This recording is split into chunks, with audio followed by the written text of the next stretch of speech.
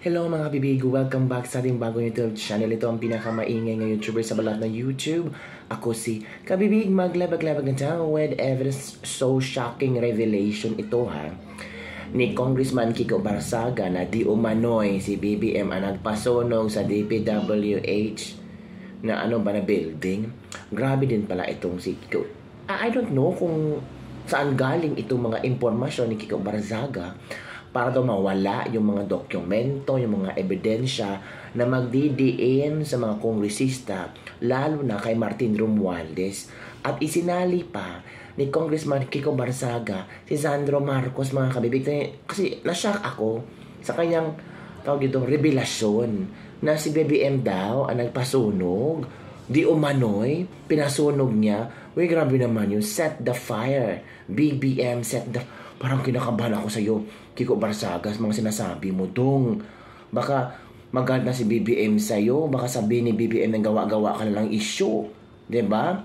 Hay nako kabibig, so napanood niyo na ba ang video? Hindi pa. So eto kabibig, manood tayo sa pasabog sa Congressman Barzaga's speech on DPWH arson incident. Watch this video kasi parang only in the Philippines daw itong mangyayari. Tapos shocking revelation ni Kiko Barsaga. Tapos sa kasagsagan ng flood control project, ICI investigation, inasunog ang DPWH building. Ba't ka nagaganon? Ianchika nila, ang sabi naman ni Bryce Hernandez na nasunog na DPWH sa Quezon office sangkot sa 1% kickback. O lalong ang mga tao mapaisip talaga na sangkot pala yung bill na DPWH ng mga empleyado doon. Hindi naman sa lahat, di ba?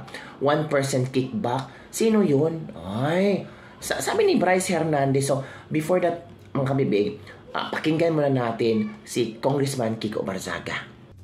My fellow citizens, President Marcos has set Quezon City's DPWH office on fire. Evidence that would lead to the imprisonment of Congressman Martin Romualdez, Sandro Marcos, Roman Romulo, Arjo Ataide, and JJ Suarez has been destroyed, and with it, the hope of the Filipino people in being given justice for all that was stolen from them. This action was not a mere accident, but a deliberate plan of Marcos and Romualdez to spare themselves from the anger of the people. The problem is, this action has only caused the Filipino people to become more angry. We are on the brink of civil war and economic collapse, and the burning building of DPWH may become the catalyst towards a violent revolution for justice. We hope it won't reach that point. God bless the Philippines. God bless the Filipino people.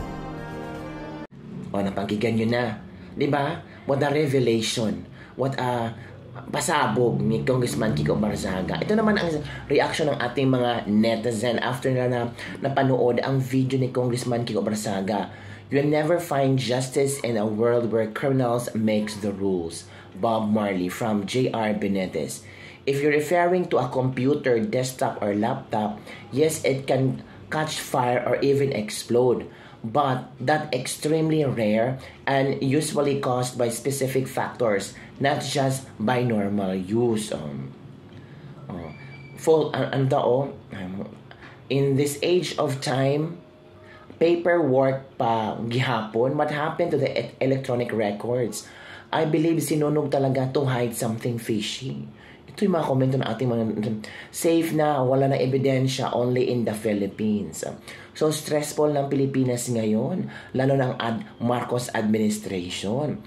Kaya nga kabibig, sa ulat kung ano daw ang rason kung bakit nasunog, ayon kay Secretary Vince Dizon, nung una sinabi ang computer sumabog. Sa mga IT expert, nagpadala ng mga explanation, nagsalita, bakit sumabog? Grabe naman. Kaya, change script. Nabago ang script.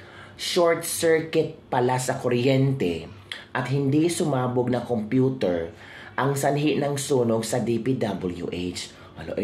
Nakakawindang naman yan. Nag-change script. Kasi akala nila, mautuin nila ang mga tao na nasusunog ang computer. Posible din. Pero ang mga IT expert, yung mga may kaalam sa computer, nag-react, nag-post ng mga iba't ibang opinion hinggil dito. Kaya binago ang script. Instead of sumabog ang computer, short circuit na. Nilinaw na ni Public Works Secretary Vince Dizon na electrical short circuit sa kisame. At hindi ang naunang pahayag ng ahensya na isang computer na sumabog. Ang sanhi ng sunog sa gusali ng Bureau of Research and Standards. Ito ang naging pahayag ni Dizon sa isang araw matapos masunog ang naturang gusali ng DPWH noong Miyerkules ng hapon, October 22. Naging usap-usapan sa mga manggagawang eksperto mula sa IT, BPO sector ang kaduda-dudang dahilan ng DPWH na sumabog ang isang computer ng ahensya kaya't nagdulot ito ng sunog. Yung nag-react ang mga tao na, ano bang kabalbalan yan? Ano bang klaseng rason yan? Sumabog ang computer? Ganun na ba katanga at paniniwala yun sa mga tao? Ganun na ba kabobo ang mga tao sa paningin nyo na agad-agad maniniwala sa mga sinasabi mo? Anong nangyari sa Pilipinas? Kaya, after that issue na sumabog ang computer, ang ginawa nila ay, short circuit. Nagpalabas ng statement ang tawag dito, DPWH, mga kabibig. Buti na lang walang mga employees ang naantawag dito were harmed during the incident, mga kabibig. Sabi naman ni Rave Arivalo, itong sabi ni Rave Arivalo,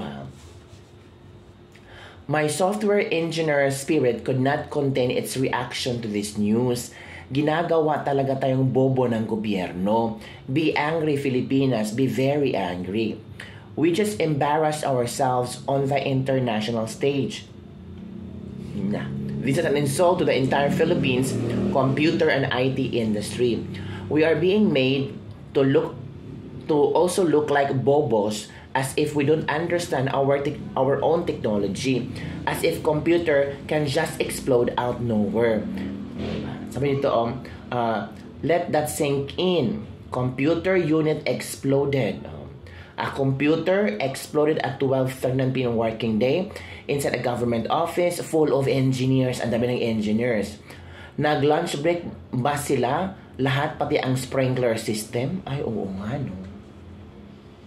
Sabi niya, do you know how rare this explosion is? A simple search would yield that exploding computers are very unlikely. Pero binago naman ng DPWH na ang rason na ngayon are caused by electrical short circuit in the ceiling of the record section ng DPWH third floor. Yun, mga kabibig. Pero itong nakagulat ang pasabog ni Bryce Hernandez.